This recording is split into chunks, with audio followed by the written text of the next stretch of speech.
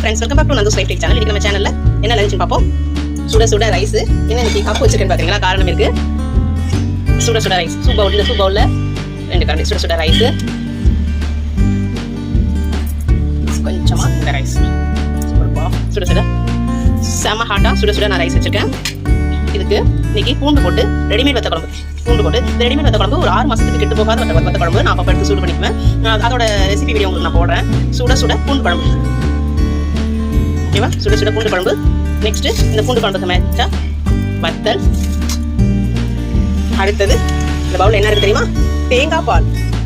இன்னைக்கு சுட சுட ரைஸ்ல நம்ம தேங்காய் பால் போடுறோம். நாட்டு சக்கரை வச்சு இன்னைக்கு தேங்காய் பாலும் மாம்பழம் போட்டு சூப்பரா வத்த குழம்பு. இதுல கொஞ்சம் நாட்டு சக்கரை, ஏலக்காய் போட்டு தேங்காய் பால், நாட்டு சக்கரை, ஏலக்காய் போட்டு தேங்காய் பால். நெக்ஸ்ட் இந்த தேங்காய் பால் சாதத்துக்கு மேட்சான சைடிஸ் எதுனா மாம்பழம் தாங்க மேட்சா இருக்கும், சூப்பரா இருக்கும். இன்னைக்கு நம்ம வீட்டில் லஞ்ச் ரெசிபி இதுதான். சுட சுட ரைஸ், பூண்டு மிளகு குழம்பு, தேங்காய் பால் சாதம், மாம்பழம், வத்தல். இன்னைக்கு நம்ம வீட்டில் லஞ்ச் ரெசிபி இதுதான். உங்க வீட்டில் என்ன லஞ்சுன்னு கமெண்ட் பண்ணுங்க. இன்னைக்கு பூண்டு மிளகு குழம்பு தேங்காய் பாலோட நம்ம சாப்பிடுவோமா? வயிற்றுக்கு ரொம்ப நல்லதுங்க. இந்த வெயிலுக்கு வயிற்று நல்லா குழுன்னு வச்சிருக்கோம்.